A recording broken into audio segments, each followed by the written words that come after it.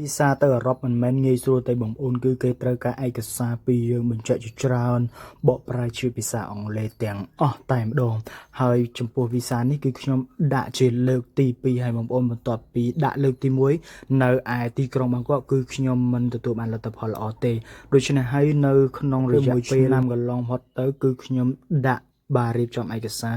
ម្ដងទៀតគឺលើកនេះគឺខ្ញុំបានមកដាក់នៅទីក្រុងភ្នំពេញ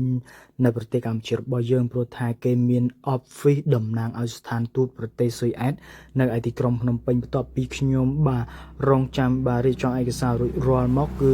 ក្រុមការងារគឺបានជូនមកអាគារនៅកោះពេជ្រនេះបងប្អូនគឺមានតំណាងបាទ office ប្រទេសជាច្រើនមែនទែន New Zealand ទៅអឺរ៉ុបទៅ Sweden ទៅប្រទេសផ្សេងៗគឺមាននៅអាគារនេះតែម្ដងបងប្អូននៅលើកោះពេជ្រនឹងហើយគឺខ្ញុំបានដើរចូលទៅក្នុងអាគារហ្នឹងបងប្អូនគឺគេតឹងតែងមែនតែនការចេញចូល scan ហើយយើងតតែមានកាតពាក់ឡើងទៅ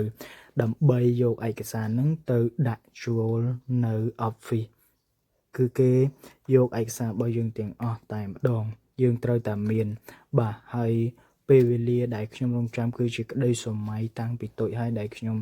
គិតថានឹងចង់ដើរលេងជាមួយពិភពលោកគឺជាក្តីស្រមៃរបស់ខ្ញុំនេះគឺជាការដាក់បាទវីសាបាទទៅប្រទេសស៊ុយអែតហើយការរងចាំគឺបាទវាច្រើនឆ្នាំណាស់សម្រាប់ខ្ញុំបាទព្រោះថាមកធ្វើនេះគឺខ្ញុំបាទចំណាយទាំងពេលវេលាចំណាយទាំងលុយកាក់បាទជាច្រើនហើយខ្ញុំត្រូវលះបង់បាទបើសិនជាបានទទួលបានលទ្ធផលល្អគឺមកដល់ក្នុងអាគារនេះគឺយើងបានណាត់គេម៉ោង11ថ្ងៃត្រង់អញ្ចឹងយើងមកដល់ម៉ោង10ក៏យើងត្រូវតែចាំតដល់ពេលដល់ម៉ោងនឹងបានយើងឡើងទៅបានបងប្អូនបន្ទាប់ពីឡើងទៅខាងលើហ្នឹងគឺយើងបាទត្រូវជាចរាយន្ត scan ចូលហើយអ្នកដែលឡើងទៅបានគឺអ្នកដែលដាក់ឯកសារតែប៉ុណ្ណោះហើយបន្ទាប់ពីដល់លើគឺគេមិនអាចឲ្យយើងថតទេគឺហើយខ្ញុំបានកាត់គឺខ្ញុំចង់ប្រាប់ថាការទៅប្រទេសអឺរ៉ុបបាទពីម្នាក់ទៅម្នាក់គឺត្រូវតែប្រើភាពអត់ធ្មត់រងចាំហើយខ្ញុំឯកសារដែលខ្វះខាតដូចជារបាយការណ៍ធនាគារផ្សេងៗគឺខ្ទង់ម៉ោងជិត1បានខ្ញុំហើយបាទនៅក្នុង office ហ្នឹងគឺបន្ទាប់មកគឺយើងចាំរយៈពេល15ថ្ងៃបានទទួលដឹងលទ្ធផលបន្ទាប់ពី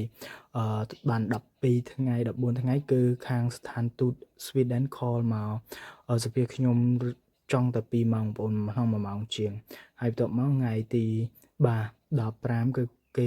បានផ្ញើអ៊ីមែលក៏ដូចជា call បញ្ជាក់ថាឯកសាររបស់យើងគឺមកដល់ office នៅទីក្រុងភ្នំពេញហើយគេឲ្យយើងទៅដកដៃដោយសារក្រុមការងារជាប់បាទលេងចូលឆ្នាំប្រពៃណីខ្មែរគឺយើងអាក់ខានគឺរងចាំនៅថ្ងៃច័ន្ទទី20ខែ4ការខ្ញុំដាក់គឺថ្ងៃទី30បាទខែ3ដូច្នេះគឺចាំចង់រយៈពេល1ខែដែរដោយសារគេឈប់សម្រាកជួយឆ្នាំអញ្ចឹងដឹងលទ្ធផលនៅថ្ងៃច័ន្ទទី20នេះឯងបងប្អូននៅរុស្ស៊ីនេះដឹងថាលទ្ធផលបាទយ៉ាងណាទេតែខ្ញុំសង្ឃឹមថានឹងទទួលបានលទ្ធផលល្អសម្រាប់ខ្ញុំទៅចុះហើយចង់ប្រាប់បងប្អូនថាបងប្អូនការរងចាំការអត់ធ្មត់ពេលវេលាគឺសំខាន់បំផុតសម្រាប់មនុស្សគ្រប់រូបបាទធ្វើអ្វីមួយក៏ដោយគឺត្រូវការពេលវេលាបាទបងប្អូនត្រូវតែរងចាំតស៊ូដូចជាខ្ញុំចឹងរងចាំថ្ងៃយប់ថ្ងៃបើតាមក្តីសម័យតាំងពីតូចគឺការរងចាំរបស់ខ្ញុំគឺចូលចង់បាទ20ឆ្នាំទៅ